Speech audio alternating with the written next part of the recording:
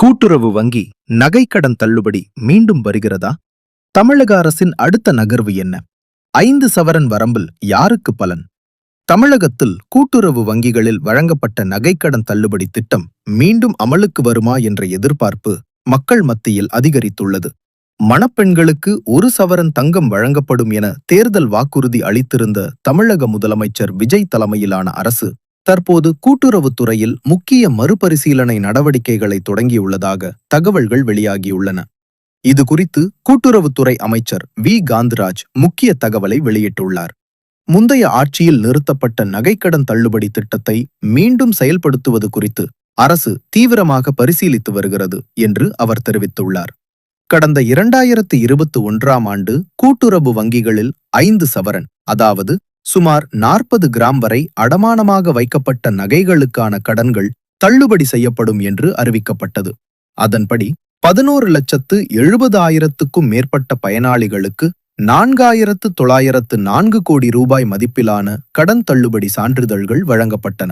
ஆனால் திட்டத்தின் நடைமுறை சிக்கல்கள், முறைகேடு புகார்கள் மற்றும் தொழில்நுட்ப குறைபாடுகள் காரணமாக அந்த திட்டம் பின்னர் நிறுத்தப்பட்டது.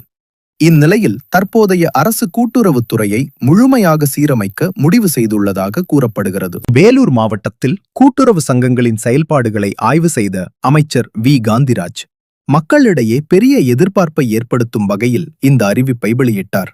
வேலூர் அண்ணா சாலையில் உள்ள கூட்டுறவு விற்பனை நிலையம் மற்றும் பெட்ரோல் பங்கில் ஆய்வு மேற்கொண்ட அவர், முந்தைய ஆட்சியில் பாதியிலேயே நிறுத்தப்பட்ட நலத்திட்டங்களை அப்படியே கைவிடாமல் அதில் உள்ள சிக்கல்களை சரிசெய்து மீண்டும் செயல்படுத்துவதுதான் தற்போதைய அரசின் நோக்கம் என்று கூறினார். மேலும் அவர் தெரிவித்ததாவது, கூட்டுறவுத்துறையின் கீழ் இயங்கும் பழைய திட்டங்கள் அனைத்தும் முதலமைச்சரின் கவனத்திற்கு கொண்டு செல்லப்படும். அதில் நகைக்கடன் தள்ளுபடி திட்டமும் முக்கிய முன்னுரிமையாக உள்ளது. அதே நேரத்தில் தகுதியுள்ள ஏழை மற்றும் எளிய மக்கள் எந்த இடர்பாடும் இல்லாமல் இந்த சலுகையை பெற வேண்டும் என்பதிலும் அரசு கவனம் செலுத்தி வருவதாக அமைச்சர் உறுதியளித்துள்ளார். யாருக்கு பலன் கிடைக்கவில்லை? எந்த குடும்பங்கள் விடுபட்டன? முறைகேடுகள் எங்கு நடந்தது? என்ன தொழில்நுட்ப சிக்கல்கள் இருந்தன? இவை அனைத்தும் தற்போது மீண்டும் ஆய்வு செய்யப்பட உள்ளதாக தகவல் வெளியாகியுள்ளது. இதனால் கூட்டுறவு வங்கிகளின் மீதான மக்களின் நம்பிக்கை மீண்டும் அதிகரிக்கும் என்றும், பொருளாதார சுமையால் பாதிக்கப்பட்ட லட்சக்கணக்கான குடும்பங்களுக்கு இது பெரிய நிவாரணமாக அமையும் என்றும் எதிர்பார்க்கப்படுகிறது. 5 சவரன் நகைக்கடன் தள்ளுபடி திட்டம் மீண்டும் வருமா?